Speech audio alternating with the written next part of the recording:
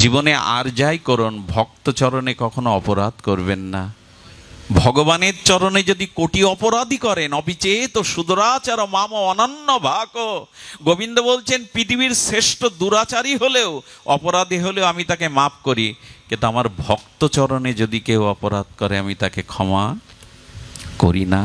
তাই ভগবানের চরণে অপরাধ করুন, ক্ষমা হবে, কিন্তু বৈষ্ণব চরণে যদি অপরাধ হয়, মনে পড়ে বৃন্দাবনে রূপ গোস্বামী বসে আছেন আর খঞ্জন বৈষ্ণব আসছেন, 8 জায়গায় প্রায় অষ্টবক্রের মতো বাঁকা, তাকে দেখলে উপহাস করে, সকলে হাসে, তিনি নিজের রূপ দেখান না যে আমাকে দেখলে কে হাসবে, আসতে বাবা, আমাকে দেখলে কে হাসবে, তাতে তাদের বৈষ্ণব অপরাধ হবে, বেরোন না, কতদিন ঘরে আবদ্ধ থাকা যায়।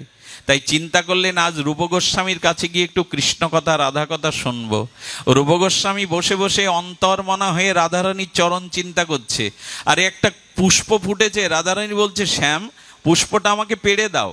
তো গোবিন্দ কি করেছে, গোবিন্দ পুষ্পটা হাতে পাচ্ছেন না, রাধারানীকে বলছে তুমি আমার স্কন্ধে ওঠো। রাধারানীকে গোবিন্দ স্কন্ধে নেওয়ার পরে রাধারানী যখন ফুলের বিন্দুটা ধরেছে, গোবিন্দ পেছন থেকে ছেড়ে দিয়েছে, রাধারানী সেই ডালটা শাখাটা ধরে দুলছে। এই লীলা দর্শন করতে করতে রূপ গোস্বামী যেই হেসেছেন, সামনে খঞ্জন বৈষ্ণব সেই বিকালাঙ্গ বৈষ্ণব এসে হাজির। উনি মনে করছেন হায় রে, রূপ গোস্বামীর মতো গোস্বামীও আমার এই অঙ্গ দেখে হাসলো, এই মুখ আর আমি দেখাবো না। উনি হাসছেন কি জন্য, লীলা দেখে, আর উনি ভুল বুঝলেন আমাকে দেখেই উনি হেসেছেন। ফিরে গিয়ে যাওয়ার সাথে সাথে কি হলো জানেন, আমি এটা বলেই বিশ্রাম করছি শুনুন। উনি দেখলেন যে ওনার নিত্যলীলা স্ফুরণর হচ্ছে না, রূপ গোস্বামী পাদ রাধারানীর রূপমঞ্জরী মহাপ্রভুর মনভীষ্ট পূরণকারী রূপ গোস্বামীর লীলা বন্ধ হয়ে গেছে। দাদা সনাতনকে গুরুর মতো শ্রদ্ধা করতেন, আচার্যের বরণ করেছিলেন, বললেন আচার্য আমার চিত্তে রাধা মাধবের লীলা স্ফুরণ হচ্ছে না।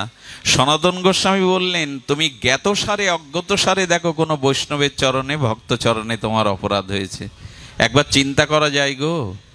উনি হেসেছেন রাধা মাধবের লীলা দেখে, আর ব্যথা পেয়েছেন একজন বৈষ্ণব, এই হেতু ওনার লীলা দর্শন বন্ধ হয়ে গেছে, হৃদয়ে স্ফূর্তি বন্ধ হয়ে গেছে। বৈষ্ণব চরণে যদি